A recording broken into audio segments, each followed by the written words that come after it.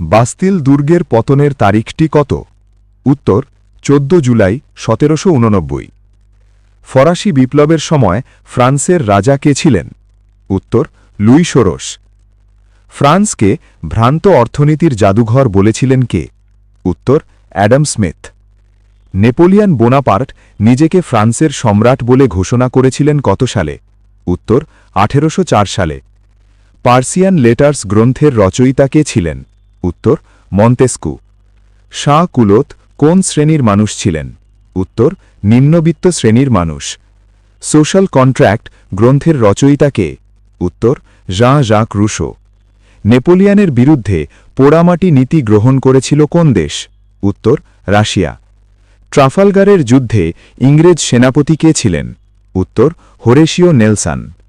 ফ্রান্সে ভূমিকরকে কি বলা হতো? উত্তর তাইও। ফ্রান্সের পার্লামেন্ট কতদিন বন্ধ ছিল? উত্তর 175 বছর। স্পিরিট অফ লজ গ্রন্থটি কে লিখেছেন? উত্তর মন্টেস্কু। নেপোলিয়নের জন্ম হয়েছিল কোন অঞ্চলে? উত্তর কর্সিকা দ্বীপে। সিজালপাইন প্রজাতন্ত্র প্রতিষ্ঠিত হয়েছিল কোন দেশে? উত্তর ইতালিতে। কোড নেপোলিয়নের মোট ধারার সংখ্যা ছিল কত? উত্তর 2281টি।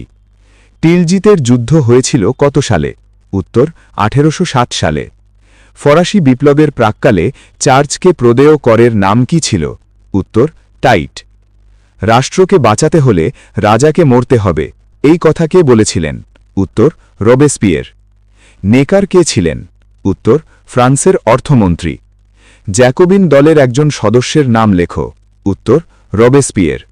লিজিয়ন অফ অনার কে চালু করেন? উত্তর নেপোলিয়ন বোনাপার্ট।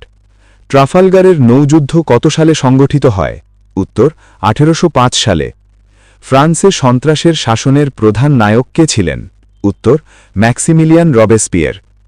আমি রাষ্ট্র, এই উক্তিটি কোন ফরাসি রাজা করেছিলেন? উত্তর লুই চতুর্দশ। টেনিস কোর্টের শপথ হয়েছিল কত সালে? উত্তর 1789 সালে। কোন সময়কে নেপোলিয়নের যুগ বলা হয়? উত্তর 1799 থেকে 1815 সাল পর্যন্ত। লিপজিগের যুদ্ধ কত সালে হয়? উত্তর 1813 সালে। নতুন ফরাসি সংবিধান প্রণয়ন করা হয়েছিল কত সালে? উত্তর 1791 সালে। ফ্রান্সে বেগার প্রথাকে কি বলা হয়? উত্তর বাধ্যতামূলক শ্রম। ফ্রান্সের ধর্মকরকে কি বলা হয়? উত্তর দশমাংশ কর। জনগণ হল রাষ্ট্রের সার্বভৌম ক্ষমতার উৎস, এই উক্তিটি কে করেছিলেন? উত্তর জাঁ রুশো। টিলজিত